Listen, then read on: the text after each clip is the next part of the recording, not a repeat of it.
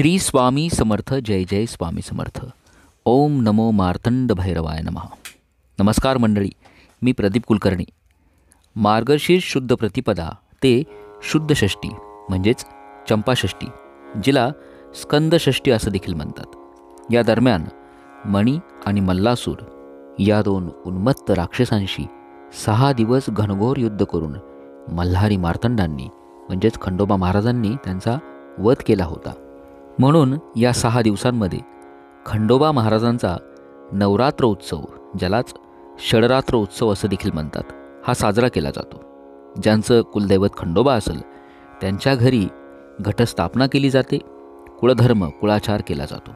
खंडोबा नवरात्रीत घटस्थापना कशी करावी, पंचमीला काय करावं, चंपाषष्ठी कशी साजरी करावी, खंडोबा नवरात्रीत कुठली आध्यात्मिक सेवा करावी, खंडोबा नवरात्राची संपूर्ण पूजाविधी याविषयीची माहिती आपण आजच्या व्हिडिओत बघणार आहोत.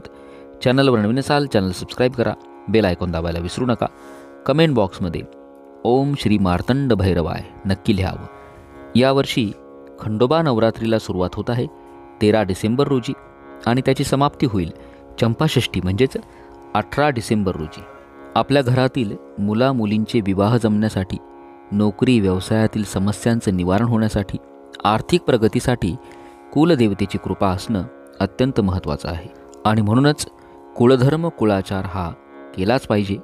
घटस्थापना जरी आपल्या घरी होत नसेल तरी देखील आपल्या सर्वांचं कुलदैवत भगवान शंकरच आहेत आणि खंडोबा महाराज हे भगवान शंकरांचाच अवतार आहे. म्हणूनच या नवरात्र उत्सवात आपल्या घरी जरी घटस्थापना होत नसेल तरी खंडोबा महाराजांचं स्तोत्र, मंत्र, त्यांच्या ग्रंथांचं वाचन अवश्य करावं. मल्हारी सप्तशती, मल्हारी महात्म्य यासारखे ग्रंथ, तसंच मल्हारी गायत्री मंत्र, मल्हारी मंत्र यासारख्या मंत्रांचं पठण आपण अवश्य करावं. आता आपण बघूया मार्गशीर्ष शुद्ध प्रतिपदा म्हणजेच 13 डिसेंबर रोजी घटस्थापना कशी करावी. या दिवशी सकाळी लवकर उठायचं, देवघर स्वच्छ करायचं, देवघरातील सर्व देवांना स्नान अभिषेक करून त्यांची पूजा करावी. त्यानंतर देवघराजवळची जागा स्वच्छ करायची. ज्या ठिकाणी आपल्याला घटस्थापना करायची आहे त्या ठिकाणी गोमूत्र शिंपडून घ्या. एक चौरंग घ्यावा. चौरंगावरती पिवळे स्वच्छ वस्त्र अंथरावं. त्यावरती स्वामी महाराजांचा फोटो ठेवा. खंडोबा महाराजांचा फोटो असेल अवश्य ठेवावा. रांगोळी काढून घ्यावी. पूजेची सुरुवात आपण दिव्याच्या पूजनानं करणार आहोत. दीप प्रज्वलन करून घ्यायचं. शुद्ध तुपाचा दिवा लावायचा. त्याचं हळद, कुंकू, अक्षता, फुलं वाहून पूजन करायचं. आता आपण आचमन करणार आहोत. आचमन केल्यानं आपल्या स्वतःची आणि त्या जागेची, पूजेच्या जागेची शुद्धी होत असते.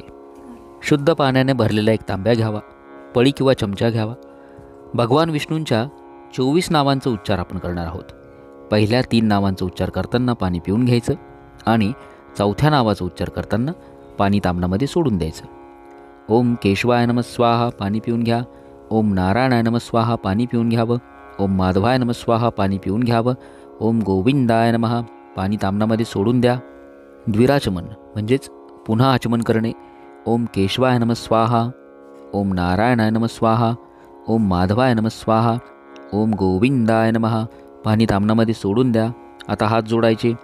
ओम विष्णवे नमः, ओम मधुसूदनाय नमः, ओम त्रिविक्रमाय नमः, ओम वामनाय नमः, ओम श्रीधराय नमः, ओम ऋषिकेशाय नमः, ओम पद्मनाभाय नमः, ओम दामोदराय नमः, ओम संकर्षणाय नमः, ओम वामनाय नमः, ओम प्रद्युम्नाय नमः, ओम अनिरुद्धाय नमः, ओम पुरुषोत्तमाय नमः, ओम अदोक्षजाय नमः, ओम नारसिंहाय नमः, ओम अच्युताय नमः, ओम जनार्दनाय नमः, ओम उपेंद्राय नमः, ओम हरये नमः, ओम श्रीकृष्ण परमात्मने नमः. आचमन झाल्यानंतर आपल्याला या पूजेचा संकल्प करायचा आहे. डाव्या हातानं उजव्या हातामध्ये पळीवर पाणी घ्या. त्यामध्ये हळद, कुंकू, अक्षता, एखादं फूल घ्यावं. मनोमन खंडोबा महाराजांचं ध्यान करायचं आणि म्हणायचं, मी माझ्या संपूर्ण कुटुंबाला क्षेम, स्थैर्य, आयुरारोग्य, विद्या, ऐश्वर्यप्राप्तीसाठी, आर्थिक सबलीकरणासाठी, कुलदेवी आणि कुलदैवताची अखंड कृपादृष्टी प्राप्त करण्यासाठी घटस्थापना, अखंड दीप प्रज्वलन आणि श्री मल्हारी मार्तंडाची यथाशक्ती स्तोत्र आणि मंत्रसेवा करणार आहे. माझी ही सेवा माझ्याकडून करून घ्यावी ही विनंती खंडोबा महाराजांना करायची. हातातील पाणी तांबणामध्ये सोडून द्यायचं. कुठल्याही पूजेची सुरुवात आपण गणांचा गणनायक विघ्नहर्ता गणेशाच्या पूजनाने करत असतो. तामणामध्ये गणपती बाप्पाची मूर्ती घ्यायची. मूर्ती नसेल सुपारी घ्यावी. गणपती बाप्पांना शुद्ध पाण्याने, नंतर पंचामृताने, पुन्हा शुद्ध पाण्याने स्नान घालायचं. त्यानंतर ओम गम गणपते नमः मनातल्या मनात जाप करून गणपती बाप्पांची मूर्ती पुसून घ्यायची आणि चौरंगावरती थोड्याशा अक्षता ठेवून त्या ठिकाणी गणपती बाप्पांची मूर्ती स्थापन करायची. गणपती बाप्पांना गंधाक्षता फुलं व्हायची. ओम श्री महागणपते नमः गंधाक्षता पुष्पम समर्पयामी.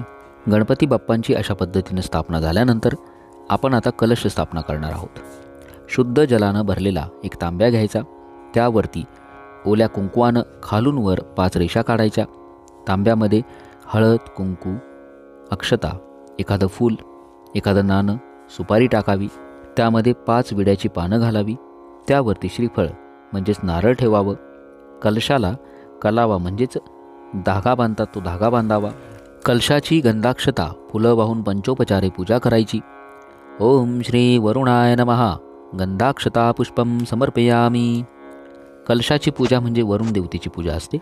आता या पूजेमधील महत्त्वाचा भाग म्हणजेच खंडोबा महाराजांचा आपल्या देवघरातील जो टाक असतो, या टाकाला महाअभिषेक करणे. तामणामध्ये खंडोबा महाराजांचा टाक घ्यावा. या टाकाला प्रथम शुद्ध पाण्याने, नंतर पंचामृताने, पुन्हा शुद्ध पाण्याने स्नान घालायचं. खंडोबाच्या टाकावर 1 वेळा श्रीसूक्त आणि 1 वेळा शिवमहिम्न स्तोत्र म्हणून अभिषेक करावा. ही दोन्ही स्तोत्र आपल्या चॅनलवर आहेत. आपल्याला जर उच्चार जमत नसतील, स्तोत्र लावून द्यावं, सोबत पठण करावं. थोडं थोडं पाणी टाकावर टाकत राहायचं. म्हणजेच टाकाला स्नान घालता घालता या दोन्ही स्तोत्रांचं पठण करायचं. अभिषेक झाल्यानंतर टाक स्वच्छ पुसून घ्यायचा आणि चौरंगावरती 2 विड्याची पानं घ्यावी. एका पानावरती कुंकुवानं स्वस्तिक काढावं. पानांचे देठ देवांच्या बाजूला करावे आणि त्यावरती खंडोबा महाराजांचा टाक झोपवून ठेवावा. खंडोबा महाराजांना भंडारा म्हणजेच हळद अतिशय प्रिय आहे. खंडोबा महाराजांना भंडारा व्हावा. ओम श्री मार्तंड भैरवाय नमः असा मंत्र म्हणून खंडोबा महाराजांना भंडारा व्हावा. त्यानंतर देवघरातील शंख घ्यावा. उजव्या बाजूला शंखाची स्थापना करायची. शंखाला गंध लावायचं आणि फुलं व्हायची. डाव्या बाजूला घंटेची स्थापना करायची. कलशासमोर विड्याची जोड पानं घ्यावी. त्यावरती 1 सुपारी, नाणं, बदाम, हळकुंड ठेवावं. ज्या ग्रंथांचं वाचन आपल्याला या नवरात्रोत्सवात करायचं असेल, मल्हारी सप्तशती, मल्हारी महात्म्य हे ग्रंथ देखील पूजेत मांडावे. त्यांचं पूजन करावं. ओम श्री सरस्वते नमः. त्यानंतर चौरंगावर ठेवलेला स्वामी समर्थ महाराजांचा फोटो किंवा खंडोबा महाराजांचा फोटो जर आपण ठेवला असेल, या फोटोंची पंचोपचारे पूजा करायची. फुलांचे हार फोटोंना घालावेत. यानंतर आपण अखंड दिवा प्रज्वलित करणार आहोत. स्वच्छ केलेला अखंड दीप घ्यावा. तो प्रज्वलित करावा. त्याचं पूजन करावं. त्याला फुलं व्हावीत. हा दिवा नवरात्र उत्सवाच्या दरम्यान विझणार नाही याची काळजी घ्यायची. चुकून अनावधानाने विझलाच तरी खंडोबा महाराजांची क्षमा मागून दिवा प्रज्वलित करायचा. पूजा झाल्यानंतर खालील मंत्रानं घटावरती पहिल्या दिवशी विड्याच्या पानांची माळ घालावी. ओम मां माले महामाये सर्वशक्ती स्वरूपिणी चतुर्वर्ग त्वयी नसते स्तन्मान्मे सिद्धिदा भव. प्रतिपदेच्या दिवशी म्हणजेच पहिल्या दिवशी विड्याच्या पानांची माळ बांधावी. त्यानंतर रोज पिवळ्या फुलांची माळ बांधावी. रोज घटावरील टाकाची दुरूनच पंचोपचारे पूजा करायची. टाकाला हळद म्हणजेच भंडारा व्हावा. रोज सकाळ संध्याकाळ आरती करावी. आरती करत असताना गणपती बाप्पा, देवीची आरती, खंडोबांची आरती, स्वामींची आरती आपण करू शकता. घटस्थापना झाल्यानंतर पहिल्या दिवशी या संपूर्ण पूजेला नैवेद्य दाखवावा. गोडाचा नैवेद्य दाखवा.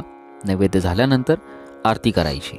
या 6 दिवसांमध्ये आपण सर्व कुटुंबियांनी मिळून मल्हारी सप्तशतीचे यथाशक्ती वाचन अवश्य करावेत, पाठ करावेत. 14 किंवा 28 पाठ करणं अत्यंत प्रभावी सेवा मानली जाते. उपवास कोणी करावा किंवा कसा करावा? घरातील कर्त्या पुरुषानं किंवा कुलस्त्रीनं खंडोबा नवरात्राचे उपवास करावेत. उपवास करताना आपल्याला जर शक्य झालं संपूर्ण नवरात्रभर म्हणजे प्रतिपदा ते पंचमी उपवास करायचा आणि षष्ठी म्हणजेच चंपाषष्ठीच्या दिवशी उपवास सोडायचा किंवा उठता बसता म्हणजेच प्रतिपदेचा उपवास करायचा आणि पंचमीचा उपवास करायचा जो आपण चंपाषष्ठीला सोडणार आहोत. या 6 दिवसात शक्य होईल तेवढी खंडोबा महाराजांची स्तोत्र मंत्र पठण करावेत.